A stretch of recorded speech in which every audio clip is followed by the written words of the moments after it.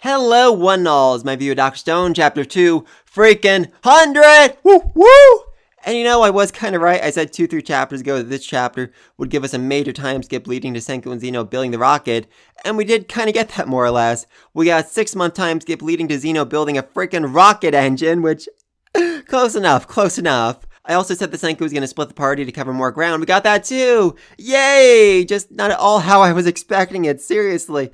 These teams are really, really confusing. First off, in superalloy City, we have Jinro and Matsukaze. Now, obviously, these two are a package deal because Matsukaze sworn to serve Jinro because Jinro kind of sort of resembles his fallen master. And while that might be a really, really stupid reason to serve someone, Matsukaze's expectations are pushing Jinro to become a better person, so I guess it's for the best overall. As for the reason why they're staying in superalloy City, I mean, they're both fairly strong, so they're needed for, you know, heavy lifting, mining, and keeping an eye on Xeno. But if that's why they're staying behind, why is Tsukasa staying behind? Seriously, he is Senku's strongest fighter. I was gonna say arguably, but there's nothing to argue about. He is literally Senku's strongest fighter. Even Mose and Hyoga working together couldn't hurt him. Hyoga even said that if he attacked Tsukasa in his sleep, he wouldn't be able to kill him. That is how overwhelmingly powerful this man is.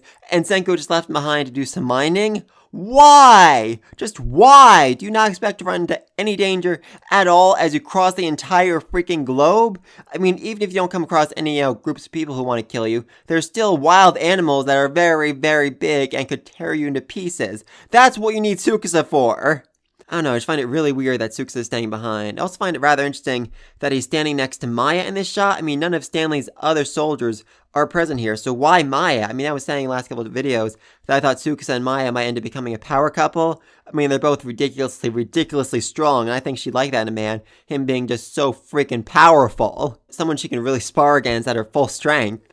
I'm not sure about that. But anyway, down the Corn City team, first off, we have Taiju, and this feels like a rather interesting choice to me. I mean, yes, Taiju is a gifted farmer, we know that, but I feel like his overwhelming endurance would make him more suited for mining than farm work. I mean, I guess you could say this is just to get him back to Yuzu, to wake her up for the 3rd or 4th time. Seriously, that girl's been petrified a lot, and Taiju's woken her up every single time, and yet he still has not gotten up to confess to her. Seriously, Taiju, confess to her already. Society is basically up and running again. You have ice cream and rocket engines. What more do you want? Next up, we have Hyoga, who again is one of Senku's strongest fighters, and I couldn't figure out why Senku was leaving behind until I realized they still need to get back to California, and Xeno only built one rocket-powered Perseus, so that's going to be a very, very long journey. And if they go by boat, they have to go all the way around the bottom of South America up and over again. So it feels more likely they're going to take the land route, more or less. And if so, there's going to be a lot of wild animals they're going to need to fight. And, Hyoga, like I said, is one of the strongest fighters. He's going to be the one protecting this team so they can get back to California and wake everyone else up. Huzzah! I feel like it's also why Yukio went with them, for one thing, just navigation, but for another, his amazing hearing can detect any wild animals that approach them from like a mile away, so very, very helpful for covering long, long stretches of land filled with things that want to murder you. But then we have Luna, God above, Senku. Why are you leaving Luna behind? You are literally going on a cross-continental journey. I feel like you're gonna need a doctor at some point. I mean, yeah, she only has 1 year in medical school, and she's fairly dumb, but that's better than nothing. There's so many things that can go wrong, so many illnesses, so many injuries, so many anything that could happen where you would want her by your side to treat the wounded. Like if you get shot again, or attacked by a grizzly bear, or anything, you'd want a doctor by your side. And then there's Carlos and Max, who are going with her, obviously.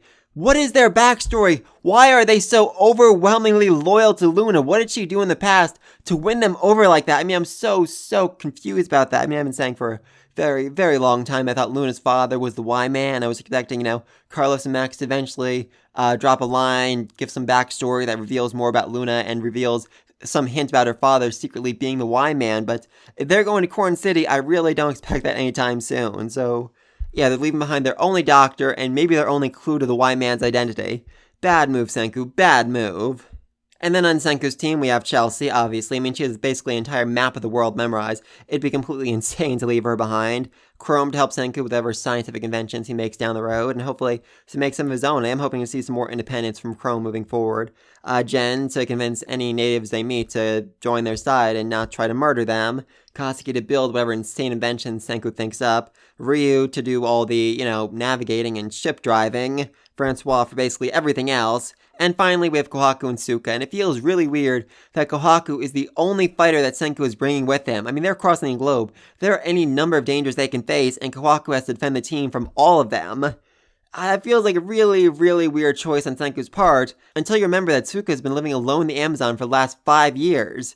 And when she first woke up Senku, she was wielding a dagger and shield, meaning there's a very good chance she's been fighting wild animals for these last 5 years and has gained some very impressive self-defense skills. Plus, it took Xeno 6 months to build that rocket engine, and in that time, Kohaku could have certainly tutored Suka on how to fight, and they could have found some great combo attacks they can do together. Oh god above. I would so freaking love to see Suka and Kohaku fighting side by side. That'd be so utterly amazing. But I guess we'll see what happens as Senku goes across the Atlantic. Okay, why is Senku going across the Atlantic? I mean, I assume Senku was going to sail around South America, drop off the Corn City team in California, and then go across the Pacific Ocean back to Japan, wake everyone up there, and then go to, the rest of the world, more or less. Instead, he's going across the Atlantic Ocean.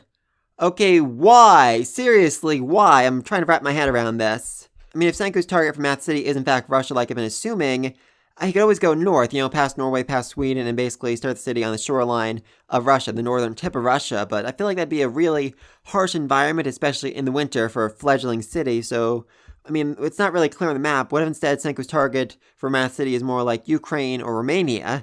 If so, he'd have to go through the Straits of Gibraltar, through the Mediterranean Sea, and into the Black Sea, and he'd easily be able to build up a new city on the shoreline of Ukraine, Romania, Moldova, Georgia, somewhere along there. Though that still leaves the question of exactly how Senku would leave and get back to Japan. I mean, the only way I can really imagine is him going, all the way around Africa. I mean, yes, there's a Suez Canal, but we assume the Panama Canal was broken down after 3,000 years. I can't imagine the Suez Canal is in any better shape. Seriously, didn't, the whole Suez Canal get shut down, last month because one ship crashed in it? Yeah, I really don't think it's going to last for 3,000 years of wear and tear without any maintenance. Very, very curious about that. But also, while we're looking at maps, there's one other thing I want to mention. I've been saying for the last 100 plus chapters that Rubber City would be in New Zealand. But as it turns out, I am really bad at geography, and New Zealand is on the complete other side of Australia. Instead, it looks like Rubber City would be on Indonesia or Papua New Guinea. So, yeah, my bad. Really my bad for that. Sorry, guys. Also, one other thing I want to mention about the map. In the Dr. Stone spinoff, it said 300 years after petrification, a giant meteor struck Rome and completely and utterly wiped it off the map. Now, I know this is no longer considered canon, but that feels like a very, very specific detail to include in a spinoff. So I'm kind of curious if that actually did happen in this timeline, this continuity as well. And if so, how is that going to affect things? I mean, are they going to go close enough to Rome where they actually see that it's no longer there, that was destroyed by the meteor? I mean, I'm assuming that had some major implications, major impact on Europe as a whole, so I'm kind of hoping they are actually going to do something with that, but I'm just not sure right now. But back to the start of the chapter, because they only oil Senku decides to make future energy out of human waste! Oh, I gotta love you, Senku, I gotta love you. And I gotta love this little outhouse in the background. Though I really, really need to ask, they are still using leaves as toilet paper. Are you freaking kidding me, Senku? In the 3-4 years you've been woken up, you've never thought to invent toilet paper. That is literally the first thing I would have created. Just, shame on you, Senku, shame on you. And also just love this gas canister that Katsuki built, which is far, far from perfect circle, until Senku drops a bomb in it and blows it up. And according to Mecha Senku, this is actually how they make these things so round, which, oh my god, I love it. I freaking love it. And then we have this next page, which has a whole bunch of science on it that I'm not even going to bother trying to understand. But one thing I do want to point out is that Suka is helping Senku with science here. Over the last 5 years, her reading his notes time and time again, she's become a scientist, she's become a doctor in her own right, and I'm very excited to see how that continues to advance moving forward, what role she takes as both a warrior and a scientist. Like I said, a jack of all trades. Oh, she's so adorable, she's so freaking adorable, and I love her.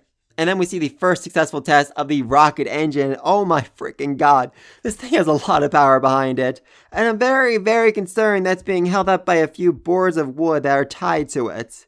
Yeah, that feels a little bit dangerous. That feels a lot of bit dangerous, honestly.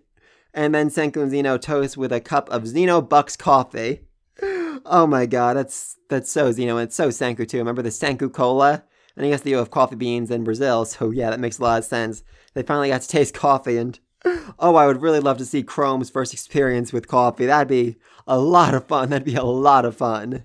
And then we see it, the maiden voyage of the Perseus 2.0, which is, oh my freaking god above. How far they've come, how far they've come. I mean, let's not forget, chapter 100 was the maiden voyage of the Perseus 1.0, and we were all wowed and astounded by what it was they managed to create. Now, 100 chapters later, they're flying around on a freaking rocket boat. Oh my god, I love it. I freaking love it. And Chrome is just literally brought to tears by this. I mean, let's not forget, when the series started, Chrome was just collecting rocks, amazed and wowed that he could blow bubbles and turn fire different colors. Now he's aboard a freaking rocket boat, and he just cannot believe how far he's come. And it's not like someone just dropped him on this boat either. He's been there for every step of the journey, every step of the process, seeing everything Senku's done, seeing everything that's led up from them, making iron ore, making swords, to making a freaking rocket boat. And he understands it. He's just so wowed and amazed and awed at the power of science, and I love it. I freaking love it, Chrome. It made me tear up a little bit too. And thus they begin their journey to cross the Atlantic for some reason. I mean, like I said, my best guess, they're going through the Straits of Gibraltar, Mediterranean Sea, Black Sea, and they're going to start Math City in Romania or Ukraine. I mean, that's the best explanation I come up with, though I'm still actually a little confused by what exactly Math City is going to be. I mean, when I first saw Math City on the map, I assumed that's where Senku was going to go to find some famous mathematicians who would help him out with solving all the calculations, but looking back, that makes absolutely zero sense. So way more likely that's where Senku needs to go to find the parts to make semiconductors and processors to actually build computers to run the calculations, and I'm very excited to see that. I'm actually a computer scientist. I'm a very bad computer scientist, but I have a piece of paper on the wall that says I'm good at, so that's all that really matters. And I'm very excited to see the actual process of Senku building computers from the ground up, from scratch. And I really hope that's not the kind of thing he just glosses over, like, oh yeah, now we have computers, yay. I want to see Senku do every step of that process. I really want to see him explain it as best he can. I think that'd be so amazing to see, but yeah, let me tell us down below. What do you think is going to happen next? Are we going to focus on the journey across the Atlantic, or is next chapter going to start off with them arriving in Europe and explaining where exactly they're going from there? Because like I said, I'm really curious exactly where they're going to form Math City and what their plan is moving forward. And I am seeing a lot of people online who are saying that Senku is going to build, just a plane once he gets to Math City and use that to fly to Japan, Australia, wherever else he needs to go. And I just really, really don't see that happening, at least anytime soon. I mean, yes, Senku was able to build or at least repair Xeno's plane to do the whole dogfight in the air, but that's a very small prop plane. That can go a couple miles, couple dozen, couple hundred miles. But if we're talking a cross-continental journey, that's going to require a much, much larger plane, which would be much, much harder to build, to fly, to land. Seriously, how would you land a plane that size without a dedicated runway at your destination? I just really don't see that happening, but let me know all this down below. Be sure to like and subscribe to the next video. And until then, peace!